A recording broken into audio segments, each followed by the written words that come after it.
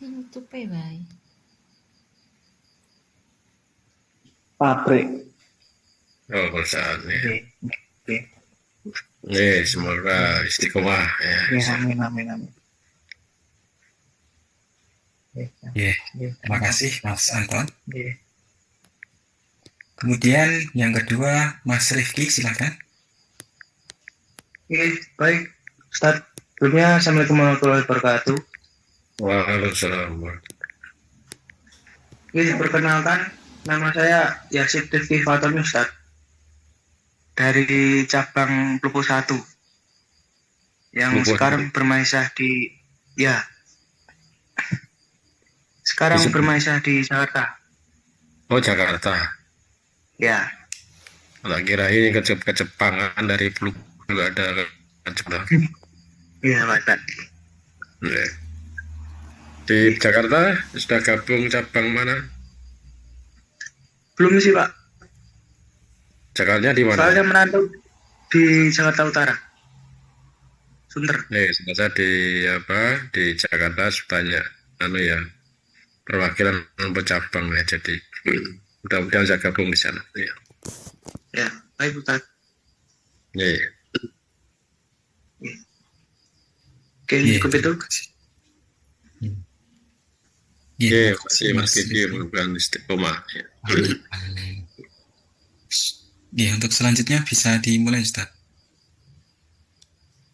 Assalamualaikum warahmatullahi wabarakatuh. Waalaikumsalam warahmatullahi wabarakatuh. Alhamdulillah rabbil alamin. Asyhadu an la ilaha illallah wa la syarika lah. Wa asyhadu anna Muhammadan abduhu rasuluh. Allahumma sholli ala Muhammad wa ala alihi wa sahbihi ajmain.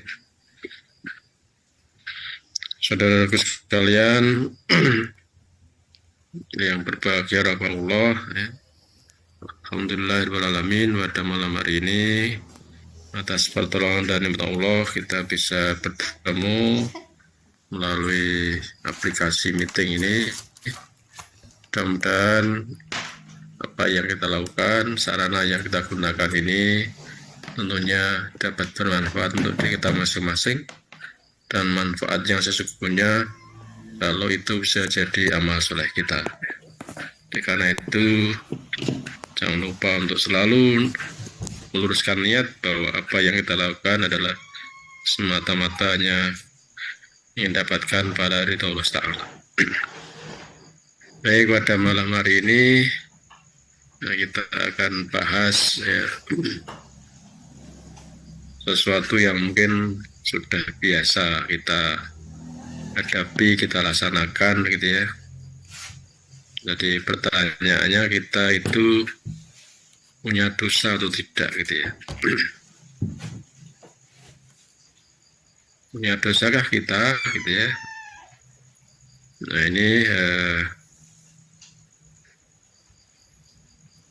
sebelum ke sana ya, orang-orang kalau kita ingin digolongkan orang yang bertakwa ya, di antara karakter orang bertakwa itu ya, tentunya salah satunya dia adalah senantiasa mohon ampun kepada Allah ya.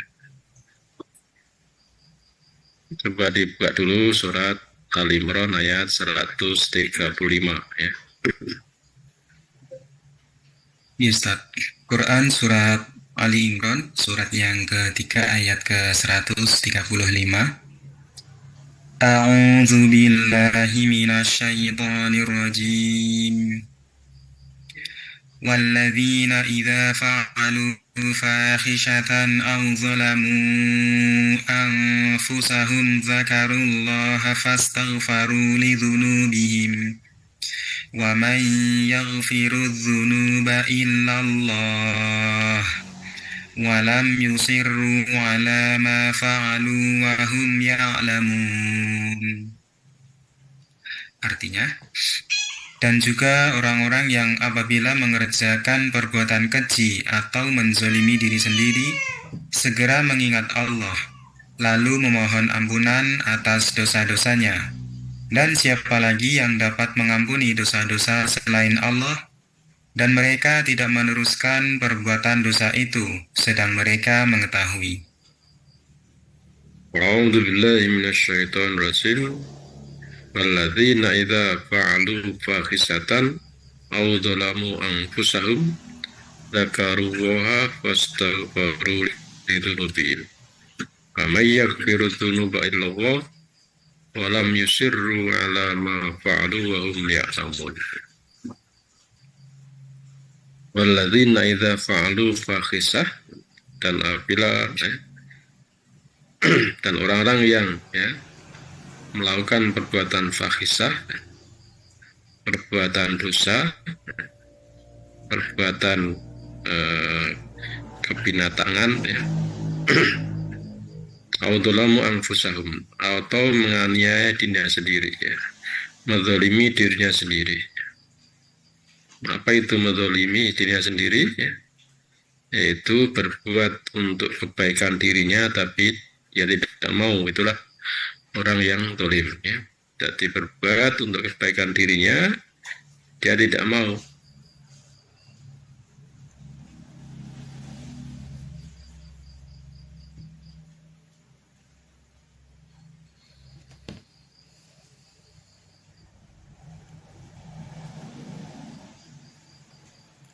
Nah, itu dikatakan orang yang zalim. Dzakaru, kemudian dia segera ingat kepada Allah.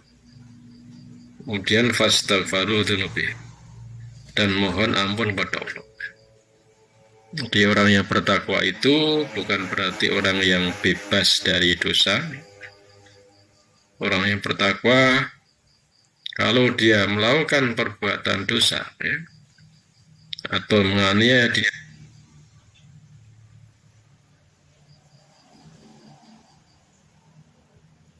sendiri, maka dia segera mohon ampun kepada Allah. Segera ingat kepada Allah dan mohon ampun kepada Allah. Wa may yaghfiru dzunuba illa Allah, siapa lagi yang bisa mengampuni Allah, mengampuni dosa selain Allah? Wa lam yusirru ala ma fa'alu wa hum ya'lamun. Allah akan menampakkan semua apa yang dikerjakan. Jadi di situ orang yang bertakwa itu dia salah satu karakternya dia senantiasa mohon kepada Allah, mohon ampun kepada Allah. Untuk bisa mohon ampun kepada Allah tentunya merasa bahwa dirinya fakisah, Allah menyadari, mengakui, merasakan bahwa dia melakukan dosa, telah melakukan dosa. Nah, kalau kemudian sadar, tahu bahwa dia melakukan dosa, sikap yang terbaik adalah mohon ampun kepada Allah. Kemudian juga dalam surat Al-Zariyat ayat 18 itu juga adalah karakter orang yang bertakwa, karakter orang bertakwa. Coba dibaca dulu surat Al-Zariyat ayat 18. Surat Az-Zariyat surat ke-51.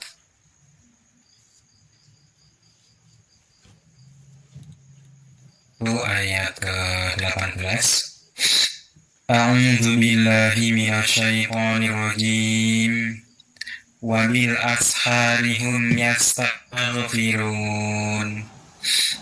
Dan pada akhir malam mereka memohon ampunan kepada Allah. Nah, wabil asharihum yastaghfirun.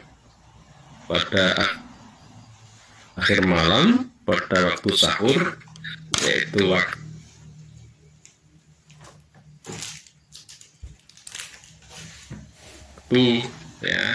pergantian antara malam dan siang, yaitu pada waktu sahur, orang yang bertakwa itu dia senantiasa mohon ampun kepada Allah. Wabil asharihum yastaghfirun.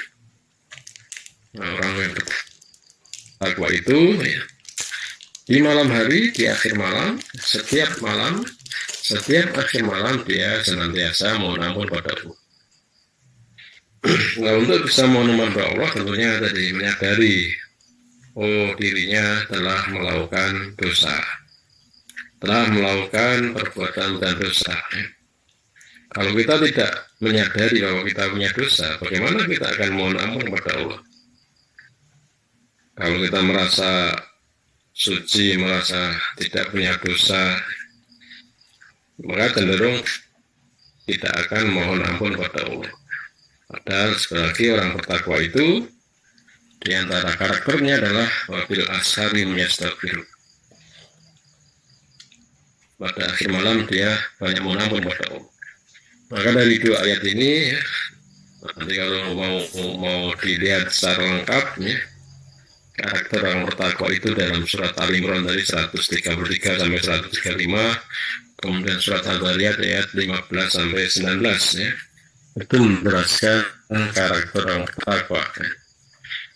Dan di antara karakter orang bertakwa, dari sekali lagi, kalau dia melakukan dosa atau mengenai dirinya sendiri, dia segera mohon ampun kepada Allah. Kalau kemudian di waktu malam, di akhir malam, pada waktu sahur, dia mohon ampun kepada Allah. Maka tema kali ini, punya dosakah kita, gitu ya? Karena orang yang bertakwa tadi, ya, senantiasa pada akhir malamnya dia mohon ampun kepada Allah. Untuk mohon ampun kepada Allah tentunya kalau kita merasa ternyata saya banyak berdosa.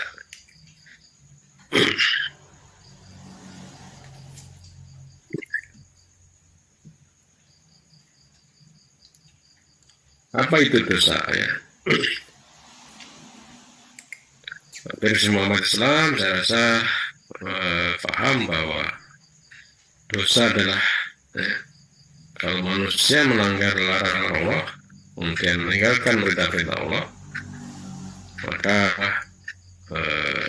itulah bagian dari dosa. Namun demikian, dosa dapat diklasifikasikan ke dalam beberapa jenis, ya, yaitu dosa-dosa anggota lahir terhadap manusia dan Allah, ya. Dosa-dosa batin terhadap sesama manusia, dosa-dosa ilmu yang tidak diamalkan, dosa-dosa tidak syukur akan nikmat Allah, dosa-dosa, ya, perjuangan, ya, bagi anggota, ya, kebersamaan, ya. Kemudian juga dosa-dosa batin kepada Allah, dan juga dosa karena merupakan dosa-dosa. Ini beberapa jenis, ya, dosa, ya. Mungkin kita, termasuk kita, itu menganggap bahwa yang dianggap dosa adalah hanya yang berkaitan dengan hal-hal yang lahirnya saja, seperti menipu, ya, berbohong, ya, mencuri, berzina, korupsi, ya, memukul orang yang tidak bersalah, memfitnah, meninggalkan sholat, tidak berpuasa, dan lain-lain. Kita, ya, mungkin menganggap yang seperti itu, ya. Ada juga yang lebih halus, ya, walaupun ini yang merasakan atau mengakui, ya, mengetahui itu lebih sedikit, ya, yaitu amalan-amalan batin yang berkaitan dengan manusia, ya, seperti ego, dengki, ya, bakhil, dan lain-lain. Itu adalah sifat-sifat yang juga sebetulnya adalah termasuk berbuat dosa. Kemudian jarang, ya, atau kita juga, ya, menganggap bahwa dirinya berdosa kepada Allah bila ia tidak melaksanakan perintah Allah. Jarang orang menganggap bahwa dirinya berdosa kepada Allah bila tidak melaksanakan perintah Allah, seperti, ya, belajar, ya. Belajar ilmu adalah fardu ain, ya. Jadi tolakul ilmi fardhatun ala kulli muslimin wal muslimat minal mati dan hati. Kewajiban untuk ilmu itu wajib, ya, bagi setiap orang Islam dari dia lahir sampai mati nanti ya. Jadi kalau kita dalam hidup ini tidak mau belajar ilmu, tidak mau menuntut ilmu, hakikatnya berarti kan kita telah meninggalkan ya larang perintah Allah itu ya. Allah perintahkan untuk tolabul ilmi, tapi kita tidak mau melaksanakan. Maka dimanapun kita berada, tentunya belajar ilmu agama itu sesuatu yang harusnya selalu kita lakukan. Kemudian ya sebagai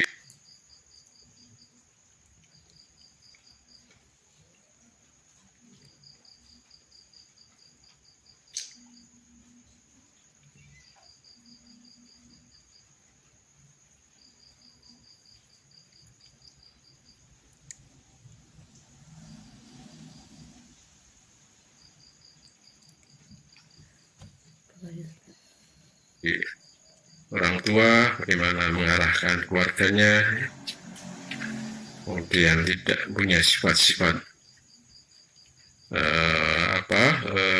akhlakul karimah ya, tidak pemurah,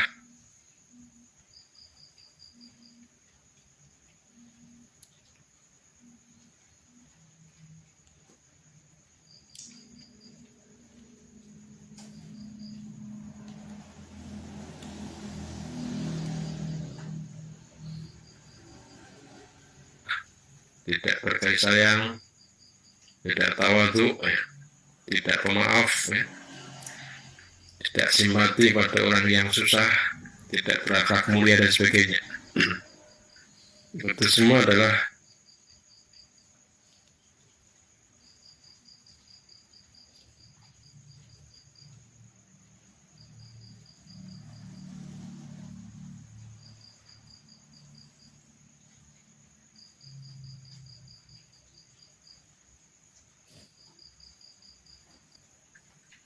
hakikatnya adalah dosa-dosa pada Allah. Karena apa, orang yang bertakwa itu wa'afina alinas tadi dalam surat Al-Imran tadi ya, yang sebelumnya ya. Tidak tawadhu berarti kalau tidak tawadhu maka kebalikannya adalah sombong ya. Orang yang tidak tawadhu maka cenderungnya dikategorikan sombong. Nah, sombong itu adalah sorbannya Allah, orang siapa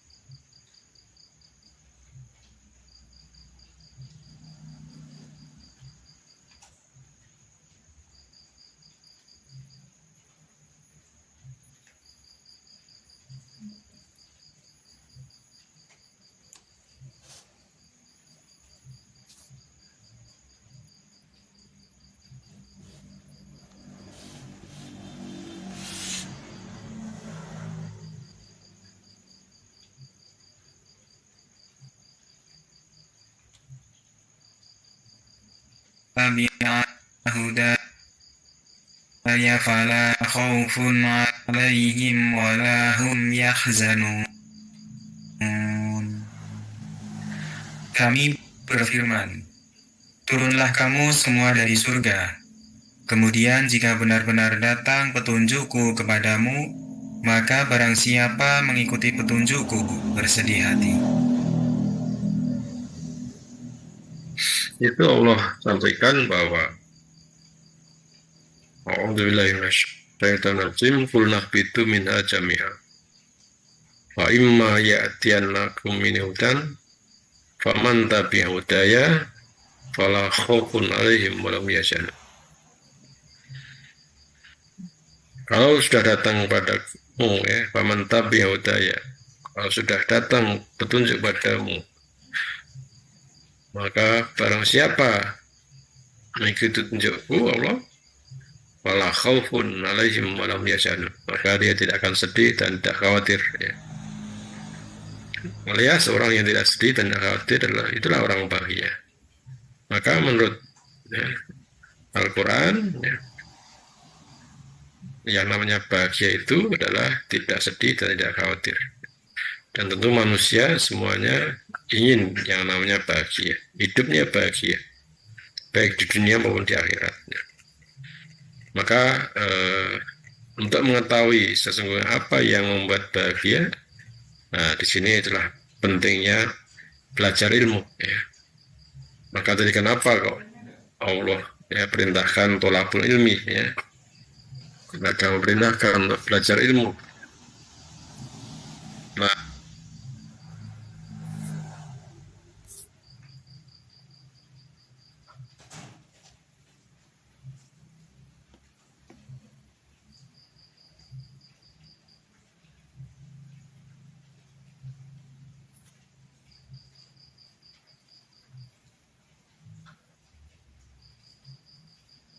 anjing bawa kitab gitu ya. Anjing bawa kitab.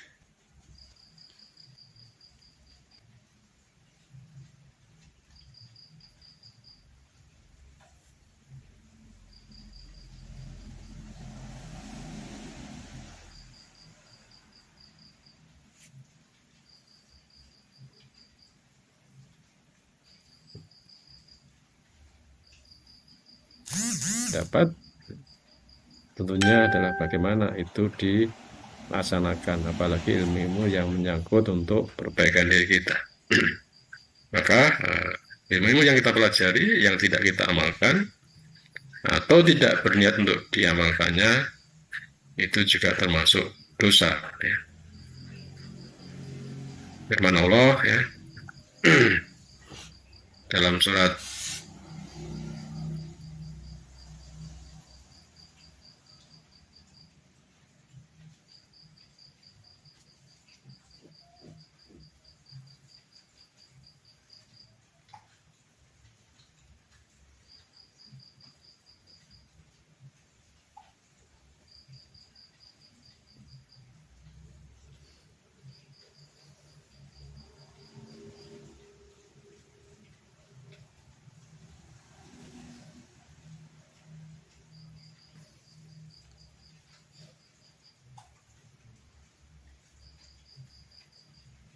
Di sisi Allah jika kamu mengatakan apa-apa yang tidak kamu kerjakan.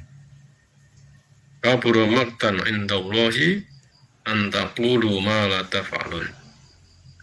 Sungguh besar kemurkaan Allah kepada mereka yang mengatakan ilmu tapi tidak mengamalkannya. Alias apa, kalau kita punya ilmu itu tidak hanya untuk untuk istilahnya minteri gitu ya, untuk mengakali orang lain, tapi adalah bagaimana diamalkan. Maka orang yang punya ilmu kok tidak diamalkan itu di situ Allah murka ya, berarti termasuk dosa di situ ya. Di situ Allah murka ya, berarti termasuk dosa di situ ya.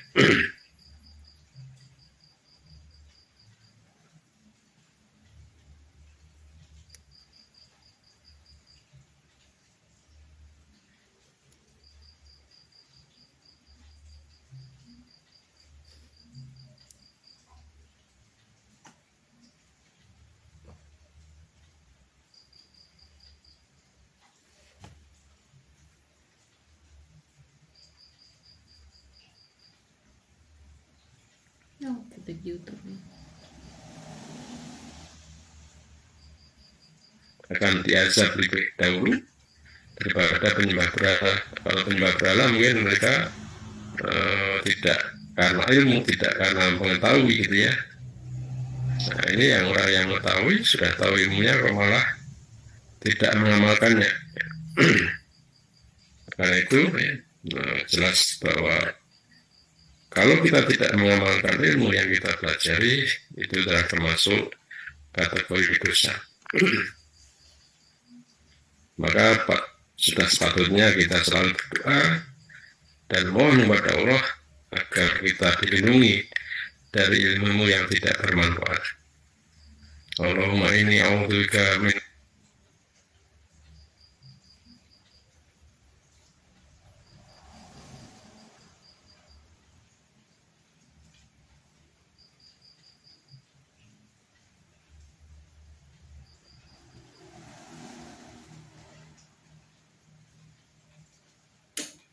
Iya tadi YouTube. Akademi YouTube.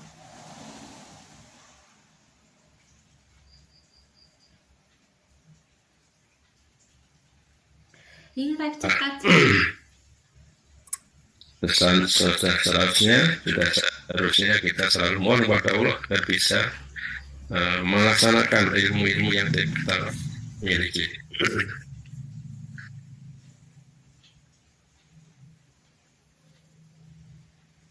Kemudian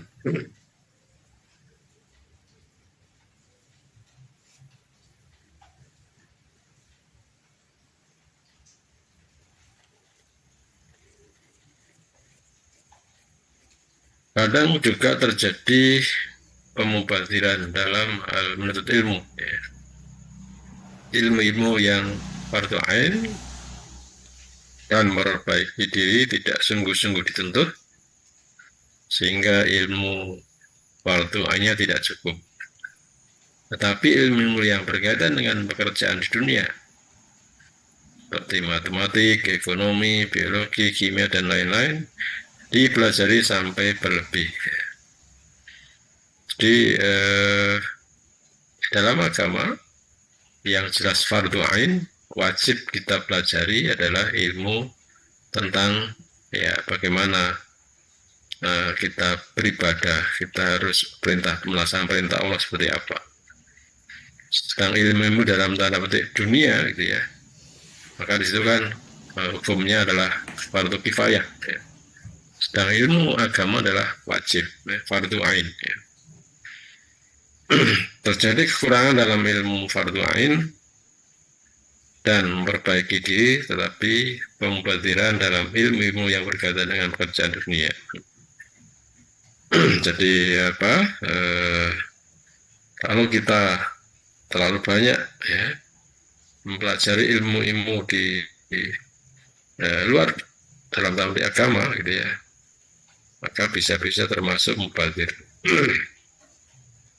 Karena itu ya pentingnya senantiasa untuk bagaimana menyeimbangkan ya ilmu-ilmu yang terkait memperbaiki diri, dan juga kalau yang lain adalah terkait dengan dunia tadi ya, tentunya jangan sampai terjadi pemubadiran.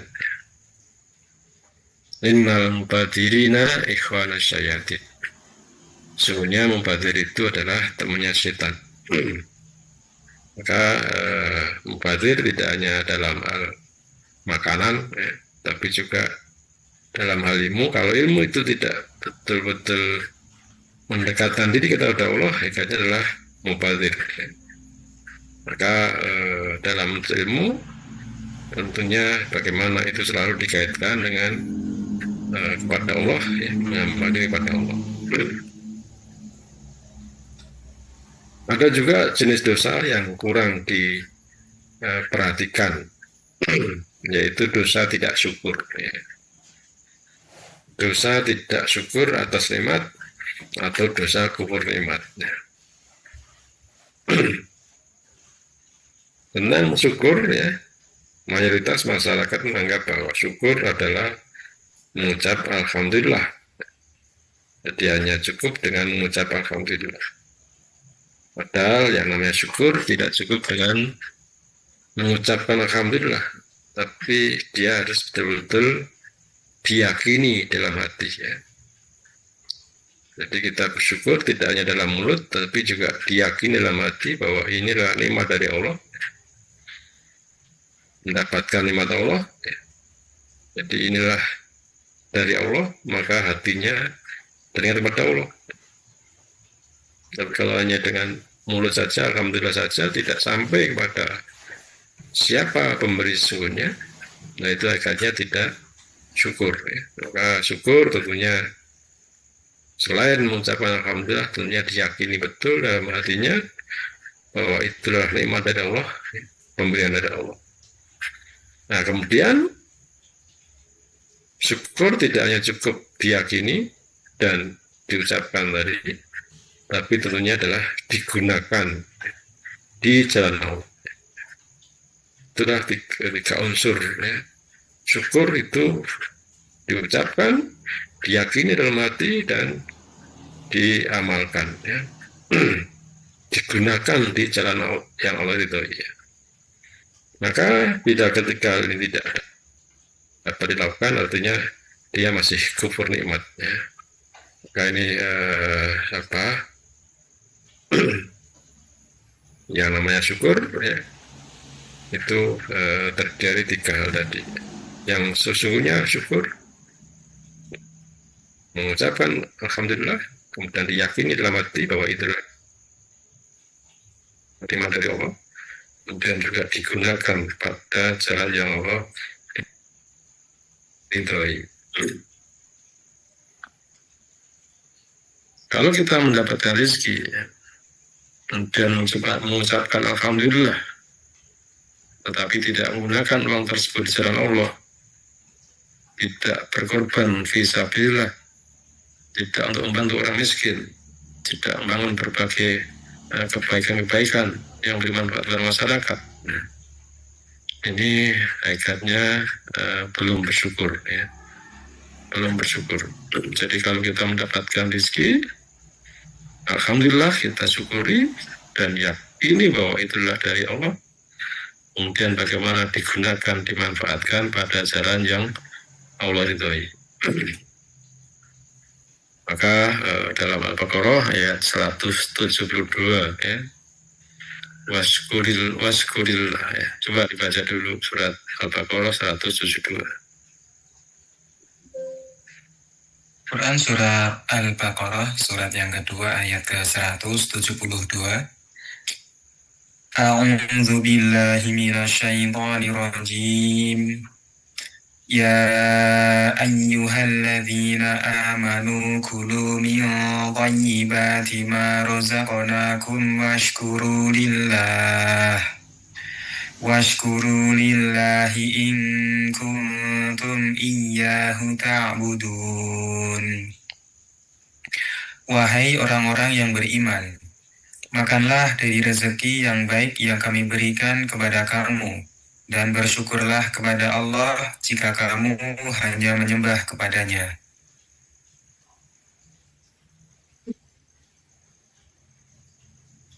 Ya ayyuhalladzina amanu kulu min thayyibati ma razaqnakum. Ya orang beriman, makanlah dari yang baik-baik, apa yang telah diberikan rezeki padamu. Jadi kalau kita orang beriman, tentunya dalam mengkonsumsi sesuatu, ya, adalah tidak seperti hanya binatang, ya, yang penting kenyang, yang penting makan, ya. Tidak peduli dia makan apa, tidak peduli apakah yang dimakan itu halal tidak. Maka orang yang beriman tentunya dia makannya adalah makanan yang thayyib, ya. Kemudian washkuru lillah, dan bersyukurlah kepada Allah. In kuntum iyyahu ta'budun, jika kamu benar-benar menyembah kepada Allah. Maka di situ Allah perintahkan untuk bersyukur, ya. Jadi bersyukur itulah perintah Allah. Kalau kita betul-betul ingin menyembah diri pada Allah sebagaimana tugas atau tujuan diciptakan manusia, wa ma khalaqtul jinna wal insa illa liya'budun, ya. Maka Orang yang beriman tentunya dia akan senantiasa bersyukur, ya. Karena perintah bersyukur itu adalah perintah Allah, ya. Washkuruli, ya. Washkurulillahi in kuntum iyyahu ta'budun. Bersyukurlah kepada Allah jika kamu benar-benar menyembahnya. Jadi dengan kata lain, bukti kita itu menyembah Allah, itu maka kita bersyukur. Maka kalau kita tidak senantiasa bersyukur, itu hakikatnya juga berdosa. Allah perintahkan bersyukur, kalau kita tidak bersyukur, nah itu adalah salah satu bentuk dosa. Nah, dengan bersyukur itu manfaatnya hakikatnya adalah kembali pada diri kita. La in syakartum la azidannakum. Jika kamu bersyukur, maka Allah akan tambah nikmatku. Wa in kafartum inna adzabi lasyadid. Tapi kalau kamu kufur, kamu ingkar, kamu tidak.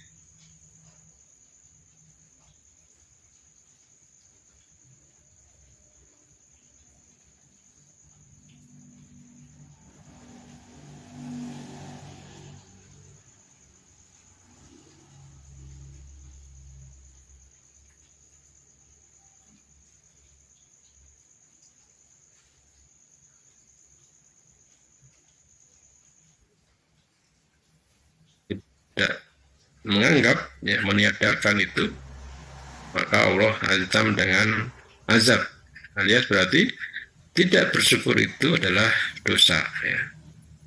Tidak bersyukur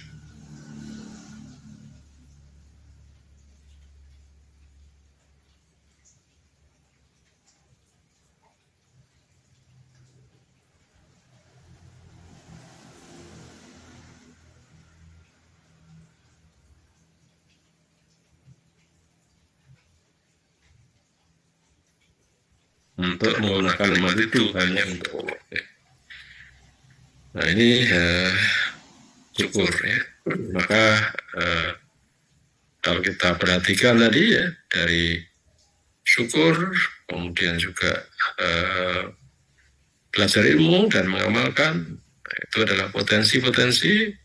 Nah, di situ ternyata bisa menimbulkan dosa pada diri kita, ya. Maka orang yang menyadari akan dosa itu tentunya tadi, ya, orang yang bertakwa, ya, wabil ashari yastaghfir. Di akhir malam dia banyak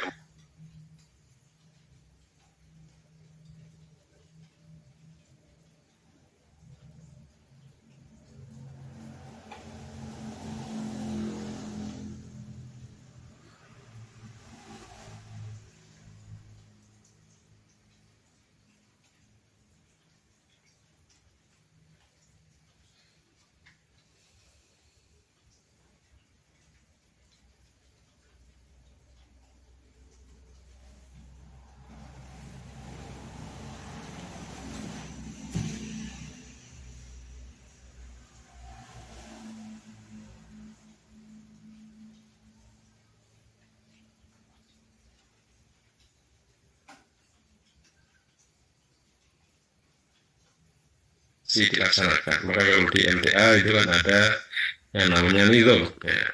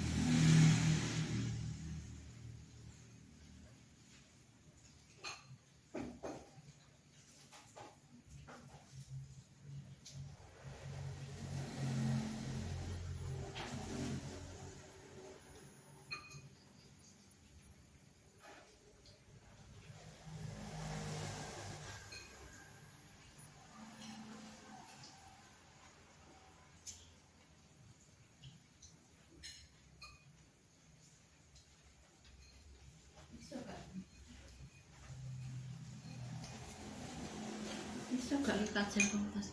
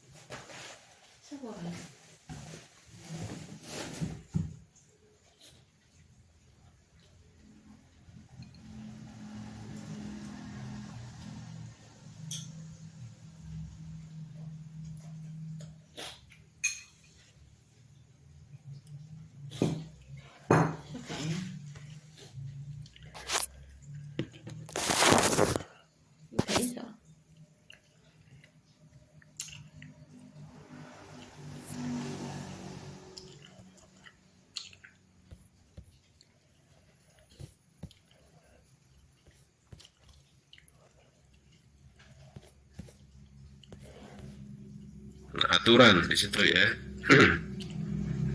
Maka kalau kita hidup dalam kebersamaan, tentunya di sana juga ada kewajiban-kewajiban yang harus kita laksanakan. Kalau tidak kita laksanakan, akhirnya juga kita telah melakukan perbuatan dosa. Maka kalau para pengikutnya, para warganya itu lalai atau tidak melaksanakan kewajiban-kewajiban itu, maka tentunya akan merusak citra, image Islam dan kebersamaan itu. Jadi kalau kita katakanlah di MTA gitu ya, orang MTA itu diantaranya ya kalau ngaji itu ya, tenang gitu ya. Kalau dibacakan ayat itu dia menyimak, memperhatikan, bukan malah sebaliknya. Kalau orang pas ngaji kok malah dibacakan ayat dia bicara sendiri, membuat kegaduhan, itu bukannya sifat orang yang beriman, tapi adalah itu sifat orang kafir ya. Maka kalau jamaah itu kalau ngaji gaduh gitu ya, makanya kan menjadi image, menjadi suatu stempel ya.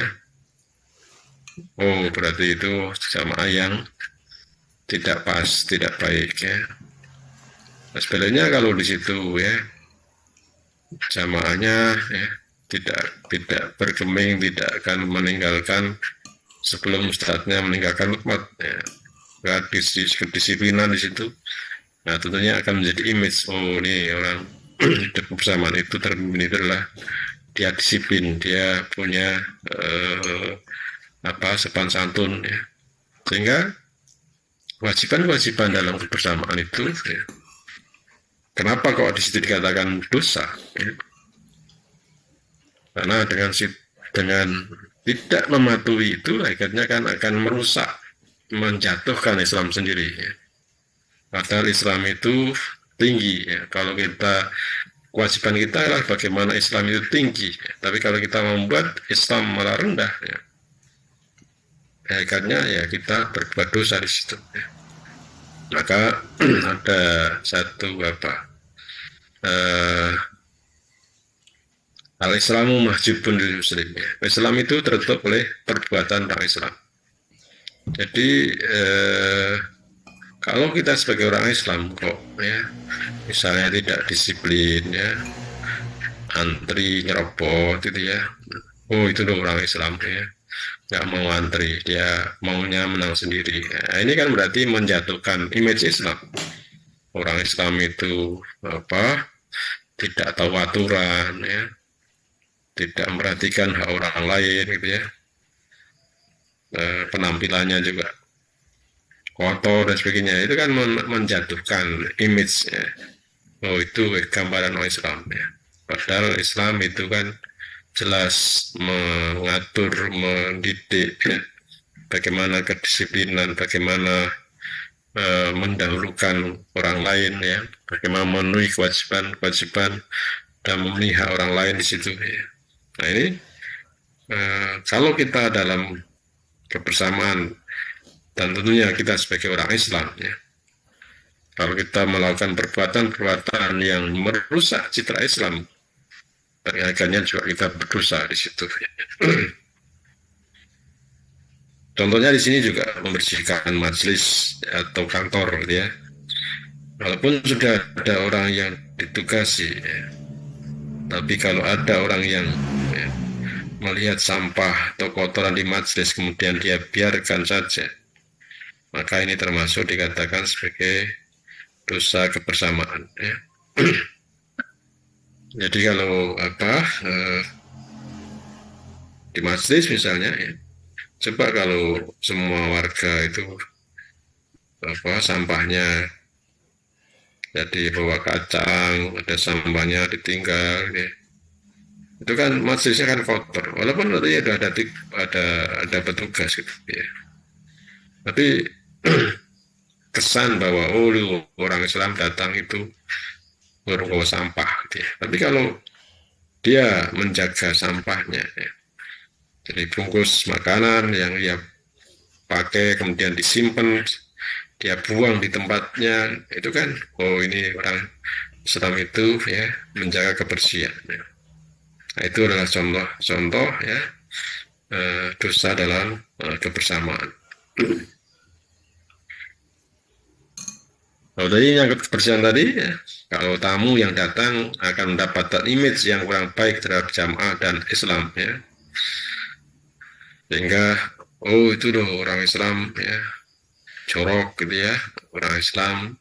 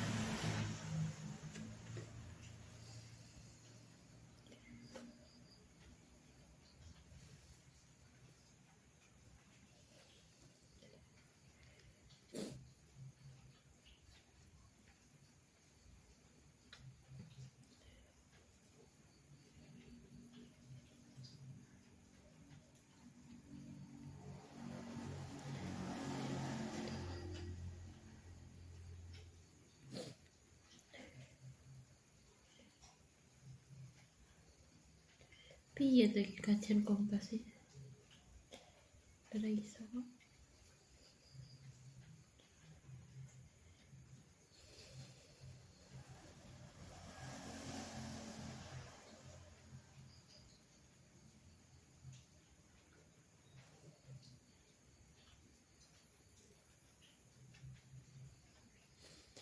Ini kajian Kompas teman-teman, saya ikut live chatnya yang YouTube tapi nggak tahu ini sinyalnya seperti ini kalau di YouTube. Tapi saya kadung nyimak di YouTube ini teman-teman, kan tiap Sabtu malam itu kajian Kompas MTA Korea. kalau Dek Mahmudah tadi tak pikir kok tutupan, saya kira dibegal, ternyata enggak teman-teman, hujan mungkin itu. Tadi saya lihat Dek Mahmudah tidur gitu. Dek Mahmudah ada ini mungkin karena hujan nggak kebegal gitu Dek Mahmudah gitu. Aduh.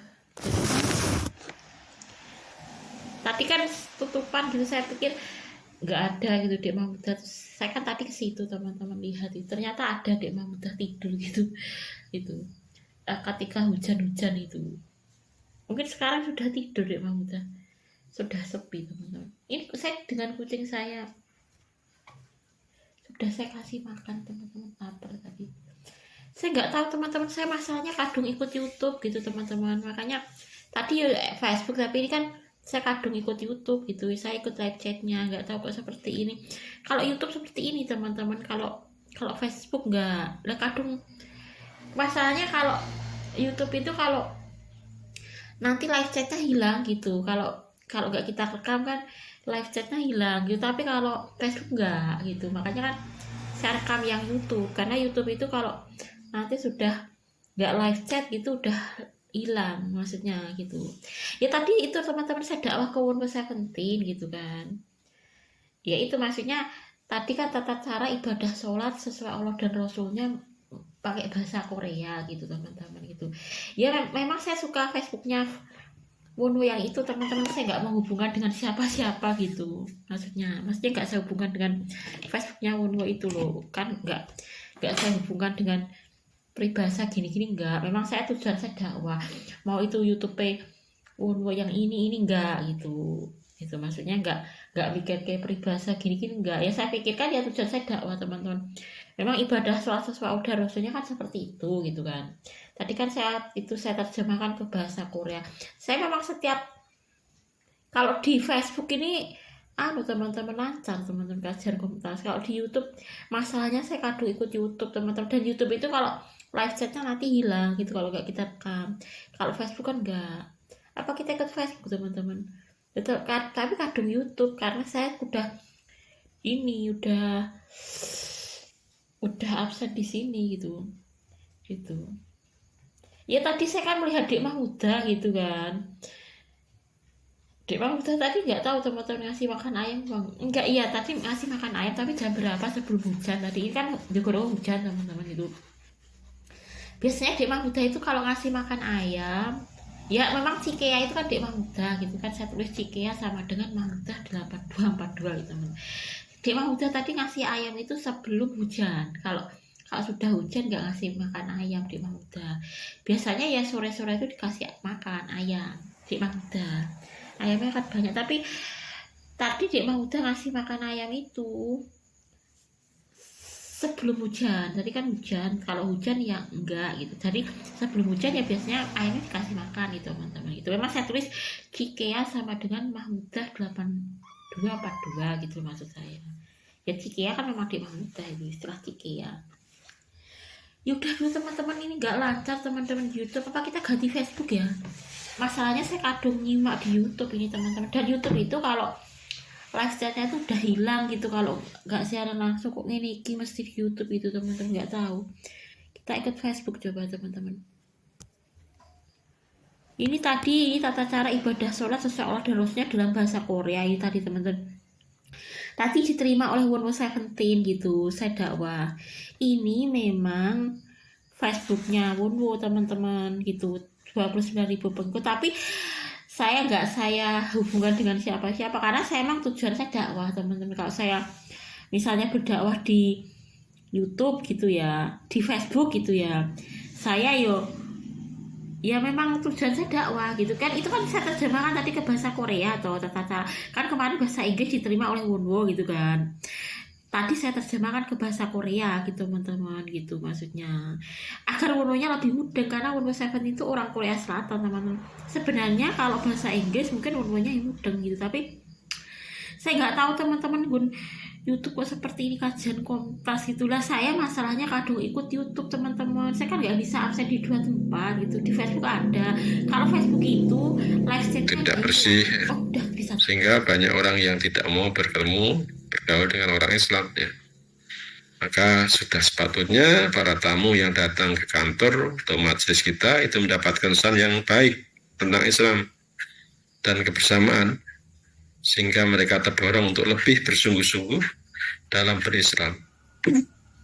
Maka jangan sampai kita karena perbuatan kita, karena tingkah laku kita, membuat image bahwa Islam itu ya seperti itu. Islam itu identik dengan ketidakdisiplinan, identik dengan kotor dan sebagainya. Maka ini dosa-dosa dalam kebersamaan. Contoh yang lain adalah berkorban harta dan tenaga.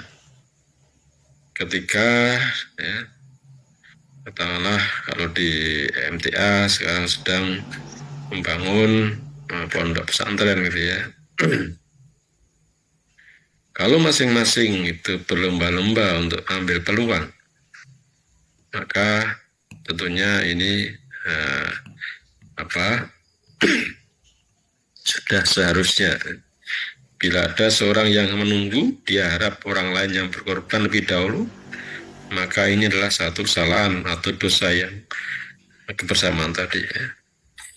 Jadi aku tak ambil infak, lihat-lihat saudara yang lain infak enggak ya.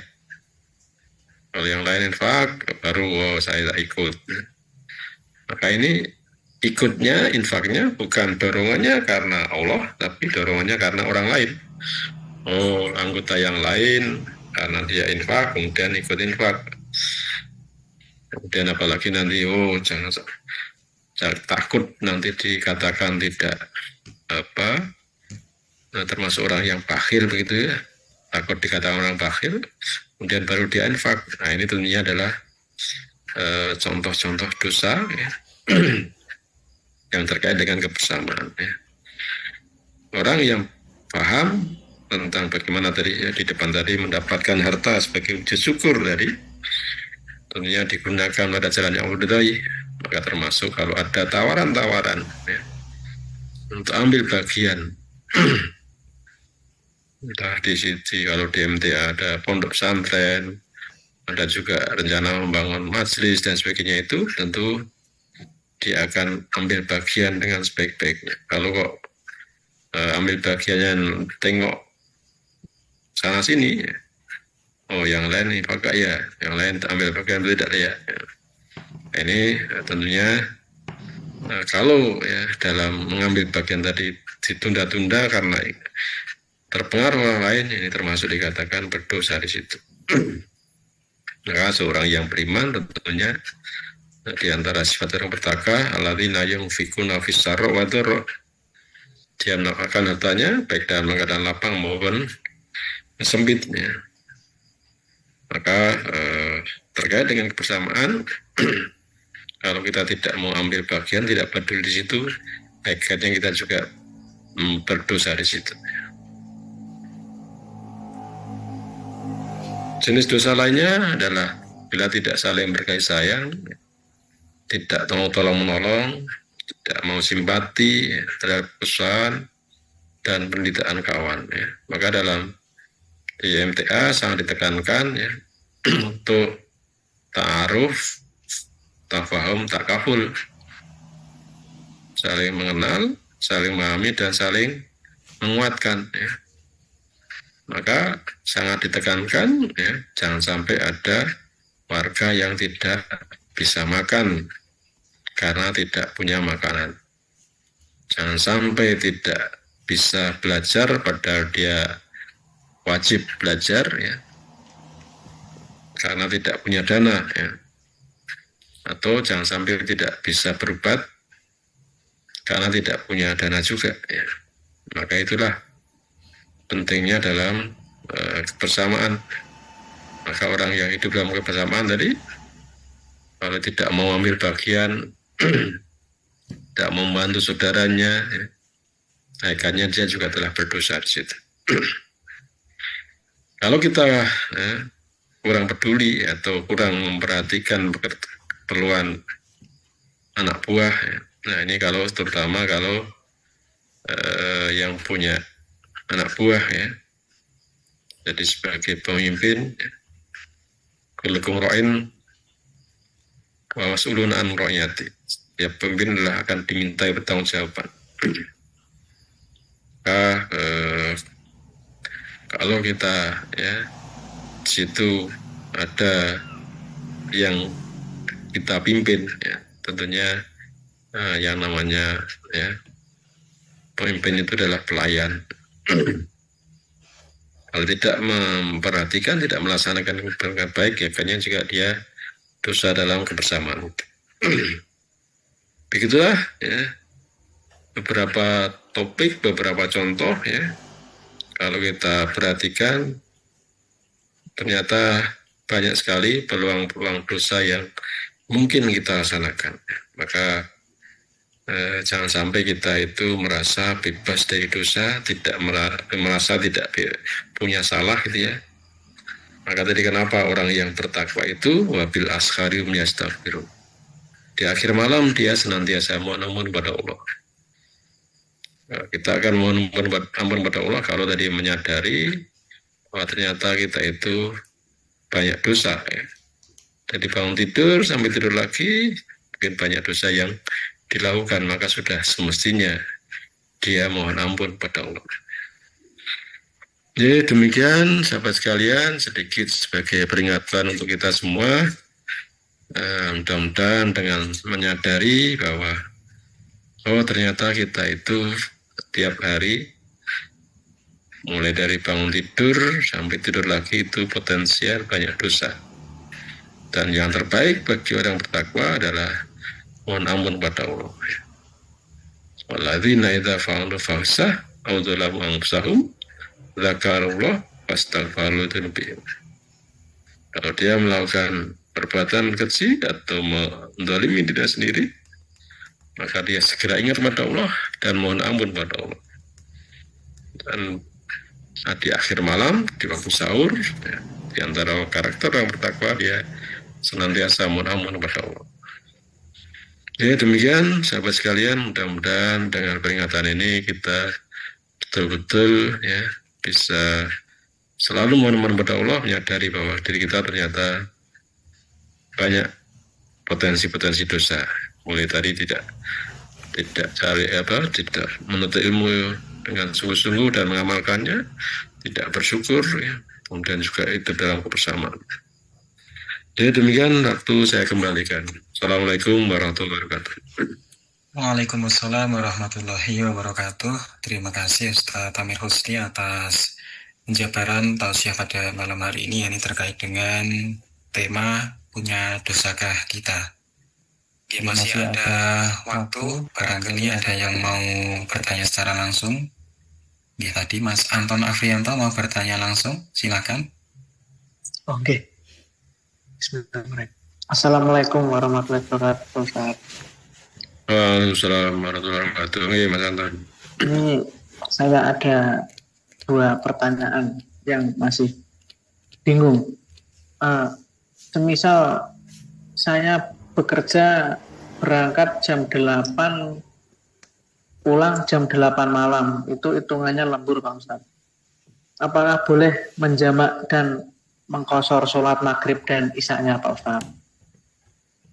Nah, yang kedua tentang makanan sembelihan daging. Di sini kan di pabrik dapat jatah pentang namanya. Makanan itu kadang lauknya ayam, bebek, daging sapi gitu. Kita kan tidak tahu siapa yang menyembelih, dan intinya tidak tahu siapa yang menyembelih, apakah orang muslim atau non muslim. Apakah boleh memakan, Pak Ustaz? Cukup sekian atas tausiahnya. Akhirul kalam. Wassalamualaikum warahmatullahi wabarakatuh. Waalaikumsalam warahmatullahi wabarakatuh. Oke, Mas Anton ya. Yang pertama tentang menjamak sholat ya. Jadi siapa yang boleh menjamak sholat atau mengqashar sholat ya? Yang boleh menjamak dan mengqashar sholat adalah kalau dia musafir ya. Musafir. Kalau yang tidak musafir memang ada istilahnya jamak kolo-kolo ya, tapi tidak sering ya. Jadi pernah Rasulullah menjamak sholat itu tidak karena hujan ataupun bepergian, tapi itu ya tidak rutin ya, maka dikatakan sebagai sesekali kolo-kolo gitu ya. Nah, bagi musafir tentunya boleh, keringanannya salah satu rukhsahnya adalah tadi boleh menjamak dan mengqashar sholat ya. Jadi kalau Mas Anton di Taiwan ini statusnya musafir atau bukan? Saya tidak paham Pak Ustadz. Bukan musafir. Hah? Menurut Mas Anton yang dimaksud musafir itu apa? Orang yang bepergian, misal dari saya kan di Purworejo ke Jogja ibaratnya begitu. Tahu saya begitu Pak Ustadz. Lanjut dengan dari Indonesia ke Taiwan bepergian enggak? Mungkin iya. Kan bepergian juga kan? Mungkin. Jadi musafir itu adalah orang yang melakukan bepergian ya. Orang yang meninggalkan iqomahnya atau orang melakukan bepergian dalam rangka ya, tujuan tertentu yang diperbolehkan ya. Jadi bepergian katakanlah untuk kuliah, bekerja ya. Jadi bepergian untuk melakukan sesuatu yang diridhoi Allah dan dia keluar dari iqomahnya, keluar dari daerah tempat tinggalnya, itulah orang musafir ya. Nah, memang kalau menurut ulama itu kan berapa jarak dikatakan musafir itu kan, maka ulama berbeda pada pendapat ya. Nah, salah satu yang diyakini diikuti oleh Majelis Tahfidz Al-Quran adalah jaraknya minimal 12 kilo gitu ya, karena ada riwayat ya Rasulullah itu pergi ya dalam perjalanan menempuh jarak 12 mil atau 6 mil enggak salah, 6 mil ya, 6 mil atau sekitar 12 kilo itu boleh melakukan jamak qashar gitu ya. Nah itu berarti kalau dari segi jarak minimal 12 kilo gitu ya. Kemudian berapa lama? Lamanya waktu musafir itu ya selama dia belum kembali ke tempat iqomahnya dikatakan musafir. Karena dalam riwayatnya juga ada yang beberapa hari, beberapa bulan gitu ya, sehingga tidak ada secara tegas ya, berapa orang itu dikatakan musafir berapa lama. Selama dia masih belum kembali ke tempat iqomahnya maka dikatakan musafir ya. Maka kalau Mas Anton ini tidak belum punya niat saya akan menetap di Taiwan gitu ya, maka selama di Taiwan itu dikatakan musafir ya. Kecuali kalau Mas Anton saya sudah berazam diri akan tetap tinggal atau menetap tinggal di Taiwan, tidak ingin nanti pindah KTP atau pindah menetap di tempat lain gitu ya. Nah itu dikatakan musafir ya. Kalau saya dulu kuliah di Jogja ya, selama 5 tahun ya saya musafir ya. Tapi begitu setelah saya lulus, kemudian saya mendapatkan pekerjaan di Jogja, kemudian saya juga pindah KTP Jogja, ya maka saya sudah tidak dari musafir lagi. Ya. Nah itu gambaran musafir. Jadi selama kita musafir maka boleh jamak dan qashar sholat. Termasuk dari kalau contohkan untuk maghrib sama isya, zuhur sama asar pun juga boleh di jamak dan di qashar ya. Nah itu tentang jamak qashar. Jadi selama musafir kita boleh jamak dan qashar. Yang kedua makanan. Nah, ini memang salah satu tantangan di negeri orang ya. tentunya ya, kalau tadi kan sifat orang beriman itu kan kulu min thayyibati ma razaqnakum, makanlah kamu yang baik-baik. Jadi orang yang kalau ayat lain kan ya Yohanes, hai manusia, ya, makanlah yang halal. Ya. Jadi kita diperintahkan Allah untuk makan yang halal.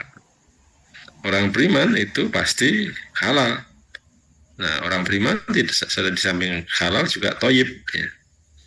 Thayyib itu ya katakanlah gula itu ya. Gula itu bagi si A mungkin thayyib, tapi bagi si B mungkin tidak thayyib. Ya. Bagi si penderita yang punya diabetes, ya, gula itu tidak thayyib. Ya. Maka thayyib di sini sangat juga tergantung pada masing-masing. Nah, tentunya yang halal, yang kalau halal tentunya semua sama. Ya. Nah, tadi makanan yang dimakan, yang disediakan, di situ ada daging, ya. Entah sapi, ayam, atau bebek, gitu ya. Maka supaya ditelusur dulu, ya. Ini statusnya seperti apa? Halal tidak, gitu ya. Nah, kalau tidak halal ya sebaiknya tidak dimakan. Ya. Saya dulu waktu di Korea ya, kalau jajan bersama dengan profesor gitu ya, sama-sama teman orang Korea, lu kamu kok nggak makan ayam kenapa? Katanya yang diharamkan cuma babi gitu ya. Kok ini ayam juga nggak ikut makan, sapi juga nggak ikut makan gitu ya. Terus saya jelaskan bahwa untuk bisa dimakan, ayam bisa dimakan itu perlu disembelih dengan teknis tertentu ya. Sapi juga disembelih oleh dengan teknis tertentu, yaitu yang menyembelih tentunya orang Islam ya. Yang menyembelih ayam tadi harus orang Islam gitu ya. Sehingga kalau penyembelihnya tidak jelas, sehingga kekhalannya tidak jelas, ya maka sebaiknya tidak dimakan gitu ya. Nah, kalau gitu gimana gizinya ya? Maka ini saya rasa kalau Mas Anton di Taiwan kan sudah banyak juga ya, sudah ada di Taiwan gitu ya. Bagaimana mendapatkan makanan halal gitu ya? Kalau di Korea, Jepang saya rasa sudah ada jaringan-jaringan informasi-informasi untuk mendapatkan makanan halal itu. Daging halal seperti apa itu sudah sekarang mudah gitu ya. Maka tadi kalau itu makanan dalam bentuk paket tadi ya, kalau di situ jelas kita tidak tahu kehalalnya ya sebaiknya ya dimakan saja yang jelas-jelas halal gitu ya, sayurnya atau apa gitu ya, nasinya gitu ya. Nah, terus gizi kita di mana lah? Nanti ya di rumah masak sendiri, cari daging yang halal tadi, ikan katakanlah gitu ya. Tentunya ikan digoreng yang ya digoreng sendiri kan minyaknya bisa terjaga gitu ya. Maka tadi makanan yang bentuknya pakai tadi kalau tidak jelas status kehalalannya sebaiknya tidak dimakan. Itu Mas Anton. Bisa.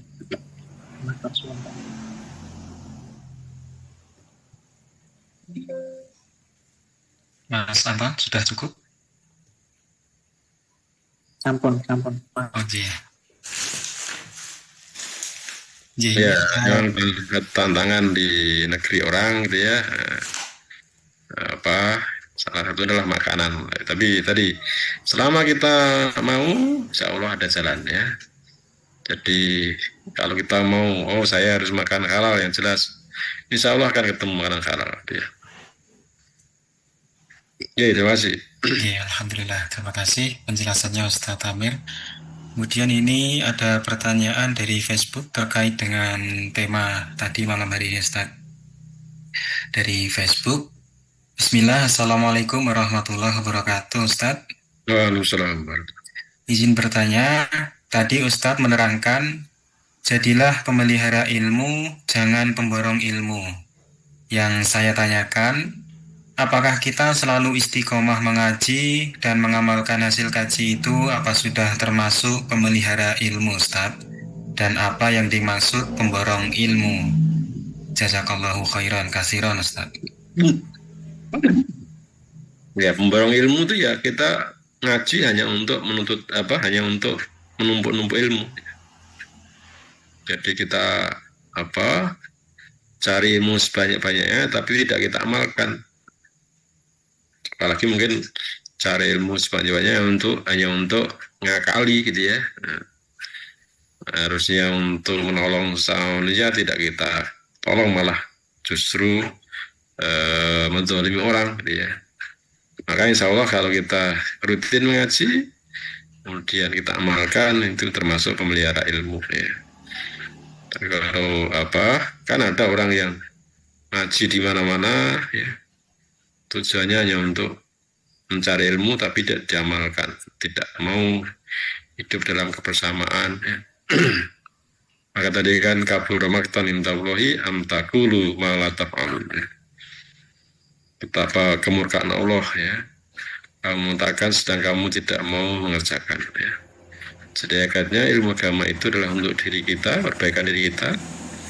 Kita tahu bagaimana ya Allah memberikan Rasulullah memberikan kabar gembira misalnya. Kalau kamu ya, ingin masuk surga ya, hendaklah ya siapa yang sehari semalam senantiasa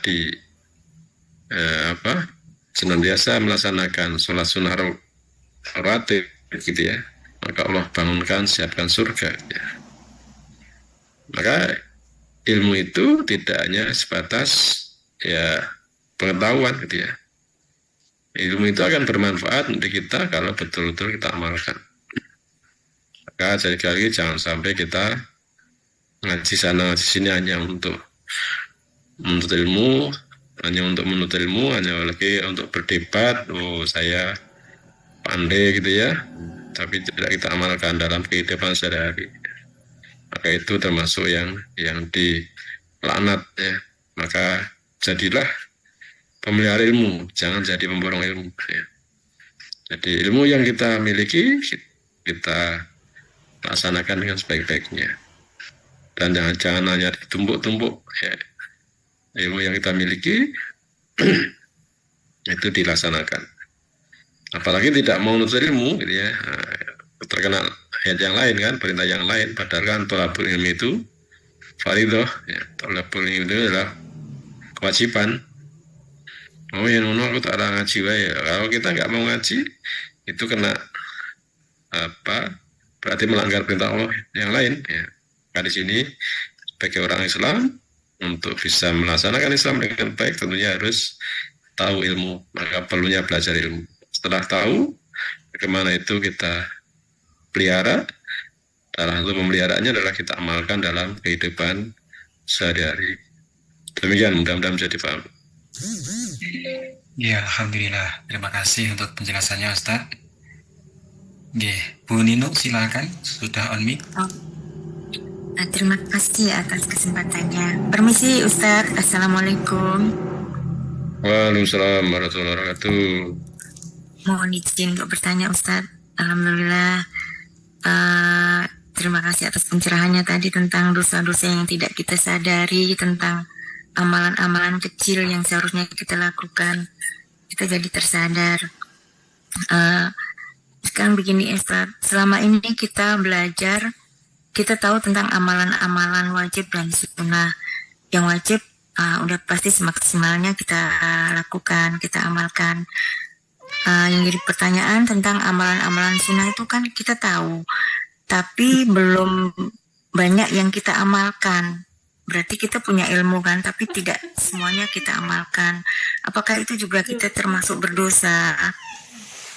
Terus yang kedua, begini Ustadz, saya ada saudara kandung, beberapa waktu yang lalu sakit.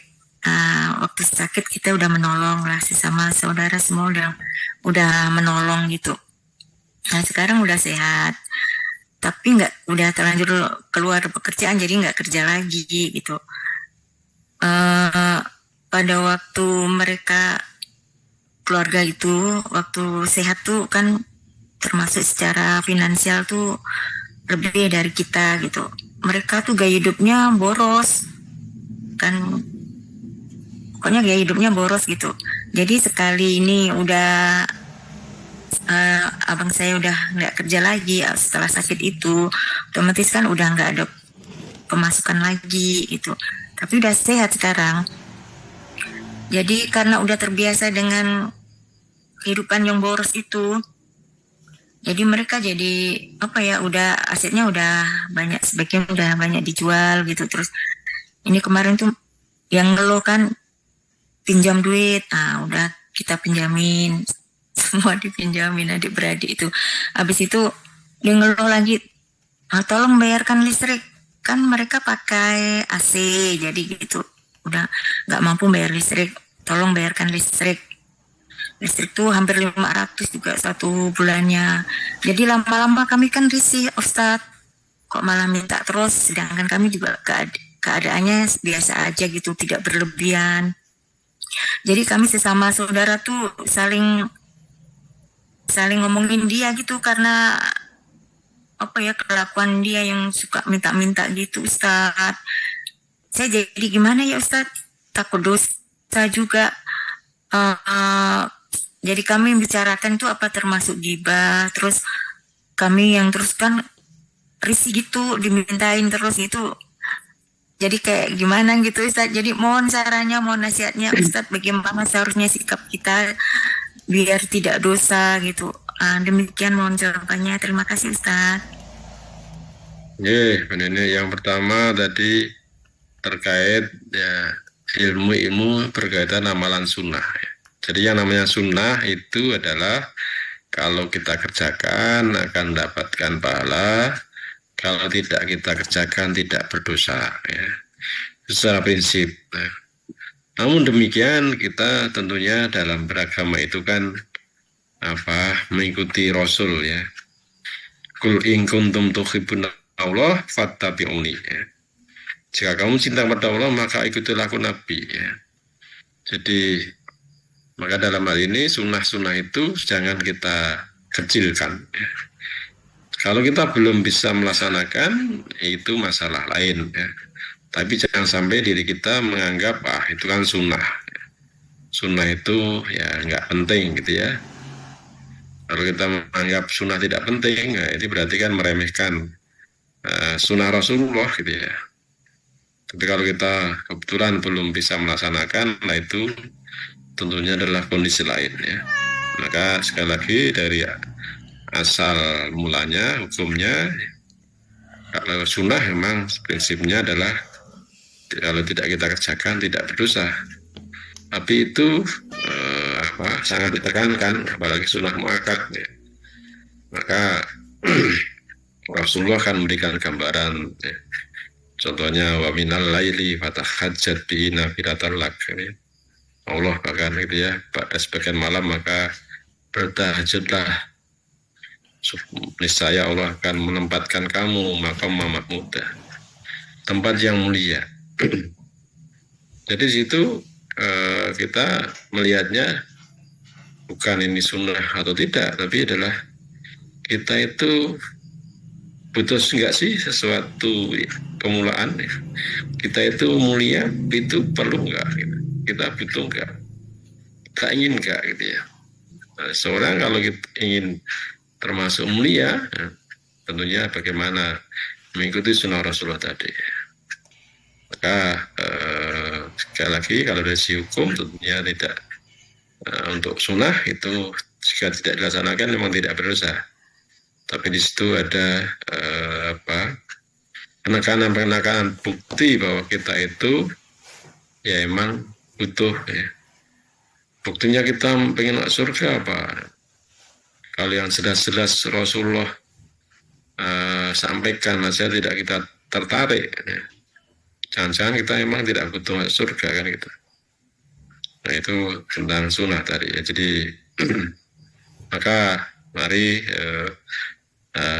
ilmu-ilmu yang terkait dengan amalan sunnah, ya, semaksimalnya kita bisa laksanakan, ya. Dengan ya berusaha, ya. Jangan kemudian meremehkan, ya, menganggap remeh itu kan sunnah saja gitu, ya. karena dianggap remeh, sehingga kita tidak ada upaya ke sana. Tapi kalau kita berusaha berupaya belum bisa melaksanakan, tentu itu adalah masalah lain. Ya. Itu yang pertama. Yang kedua, tadi masalah keluarga. Ya. Ini ada baiknya kalau ya diadakan pertemuan keluarga. Ya. Jadi kakak, adik tadi, ya, sekeluarga tadi yang tadi juga dimintai, ada yang dipinjami dan sebagainya tadi. Itu langkah baiknya dilakukan pertemuan, kemudian ya dijelaskan, kemudian yang bersangkutan juga ditunung-tunung, ditunjukkan gitu ya. Ini bagaimana orang itu menyadari ya, kalau seorang menyadari bahwa apa yang dia butuhkan, kemudian dia tidak bisa terpenuhi, ya.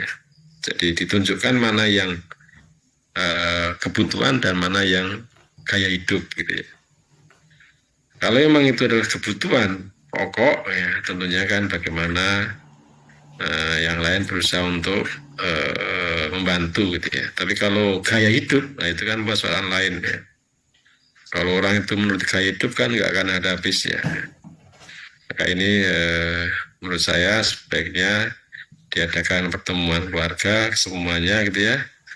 Kemudian bagaimana ditunjukkan ya, apa sebaiknya harus dilakukan sehingga semuanya akan terbuka, dan yang melaksanakan tadi, kakaknya tadi tentunya bagaimana juga menyadari, bisa membedakan antara kebutuhan hidup dan gaya hidup. Mungkin itu Bu Nino. Mohon maaf kalau kurang pas. Tambahan Ustadz, seandainya begini, misalnya dia bilang mau pinjam uang lagi, saya bilang walaupun saya ada, tapi kita kan punya masalah sendiri, punya keperluan sendiri, punya tanggung jawab juga untuk keluarga kami gitu. Jadi seandainya dia pinjam duit lagi, tidak saya kasih, tapi niat saya ingin semaksimalnya saya ingin ngirim beras misalnya. Sekarang kan biarpun dalam jarak jauh kan kita bisa kirim beras lewat itu Alfamart gitu. Jadi maksud saya mau ingin nyumbang ngasih sembako lewat Alfamart, tapi kalau dia minjam duit tidak saya kasih gitu. Gimana Ustadz? Apa itu dibenarkan? Iya. Jadi kan kalau mau pinjam loh, yang dulu itu belum kamu kembalikan. Ini nanti gimana kalau mau pinjam? Bagaimana rencana kembaliannya kan gitu. Ya. Jadi menolak secara halus gitu ya. Jadi untuk mendidik dirinya ya, tidak hanya sekedar pokoknya pinjam kan itu. Orang pinjam itu kan ada konsekuensinya. Tentunya harus ada planningnya, kapan mengembalikan, bagaimana cara pengembaliannya gitu ya. Sehingga kalau dari segi perkiraan aja nggak mungkin akan mengembalikan, kok pinjam kan nggak mungkin gitu ya. Maka dari itu kan tadi ya kalau sudah berkali-kali pinjam, kemudian untuk ya mendidik beliau gitu ya tadi, nah kemarin pinjamannya kan belum balik, ini kapan mau membalikan kan itu. Maka ya boleh tadi kalau mau diberi bantuan ya. Jadi kalau misalnya kita telusur, ini nggak mungkin ini akan bisa membalikan. Ya maka ya paling tepat ya membantu, tidak meminjami kan itu. Membantu tentunya adalah sesuai dengan kemampuan kita ya. Nah, tadi ini saya punya uang sekian atau dan sekian ya, ini saya bantu ya. Jadi mohon maaf saya tidak bisa meminjami karena kemarin pinjamannya belum dikembalikan. Ya, mana sedang jenengan tidak punya gambaran mau membalikan seperti apa ya. Sehingga kalau saya pinjami ya boleh katakan nggak mungkin akan bisa dikembalikan. Oleh karena itu ini saya tidak meminjami ya, saya bantu semaksimal saya yang saya mampu kan gitu. Jadi saya rasa tadi tidak meminjami dengan dijelaskan tadi, mudah-mudahan dia sadar, kemudian ya kita membantu semampu kita, tidak jadi masalah. Itu Bu Nini. Terima kasih Ustadz. Assalamualaikum. Assalamualaikum warahmatullahi Waalaikumsalam warahmatullahi wabarakatuh. Iya, terima kasih Bu Nino atas pertanyaannya. Ya, mungkin sudah cukup untuk kajian malam hari ini Ustadz. Kemudian menyampaikan terakhir yang tergabung sampai saat ini dari Zoom ada 33 akun. Kemudian yang menyimak di YouTube ada 15 akun dan menyimak di Facebook ada 9 akun Ustadz. Iya, alhamdulillah. Ya, mungkin untuk selanjutnya bisa diakhiri Ustadz. Jadi sahabat sekalian, sekali lagi mari kita senantiasa untuk menyadari bahwa kalau kita telusuri, kita perhatikan, mungkin sebenarnya banyak dosa yang kita lakukan. Maka bagaimana kita bisa melazimi salah satu karakter orang bertakwa, yaitu senantiasa mohon ampun kepada Allah. Di akhir malam, di waktu sahur, dia banyak mohon ampun kepada Allah. Tadi sudah kita berikan contoh, ternyata banyak sekali potensi-potensi dosa yang kita laksanakan. Maka sudah sepantasnya kita selalu mohon ampun kepada Allah. Bahkan Rasulullah pun juga tidak pernah kurang dari 70 kali istighfar di situ. Demikian, mudah-mudahan Allah memberikan kita petunjuk dan selalu bisa menyadari akan kekurangan kita dan selalu mohon ampun kepada Allah. Demikian, kurang lebih maaf. Assalamualaikum warahmatullahi wabarakatuh. Waalaikumsalam warahmatullahi wabarakatuh. Ya, terima kasih Ustadz Amir Husni atas tausiahnya pada malam hari ini, yakni dengan tema punya dosakah kita. Semoga apa yang disampaikan bisa menambah keimanan kita dan ketakwaan kita kepada Allah Subhanahu wa taala, dan semoga kita semua selalu istiqomah dalam mengkaji Al-Qur'an dan Sunnah dan bisa menerapkan dalam kehidupan sehari-hari. Ya, untuk kajian malam hari ini akan kami akhiri, banyak kurangnya kami mohon maaf. Mari kajian malam hari ini kita tutup dengan bacaan hamdalah bersama-sama dan doa kafaratul majelis. Alhamdulillah Rabbil alamin. Subhanakallahumma wa bihamdika asyhadu an la ilaha illa anta astaghfiruka wa atubu ilaik. Wassalamualaikum warahmatullahi wabarakatuh. Waalaikumsalam warahmatullahi wabarakatuh. Terima kasih.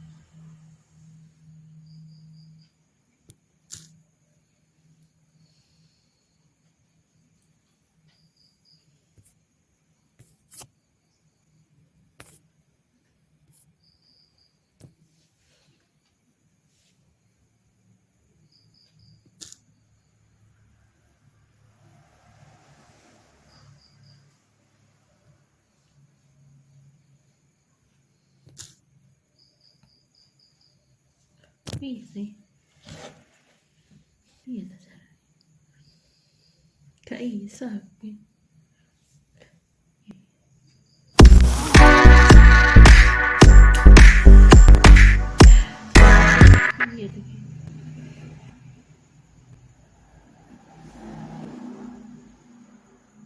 Iya.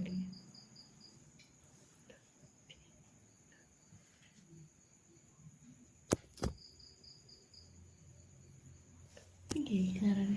Menghentikannya piye iki? Kurang berhenti lagi. Piye?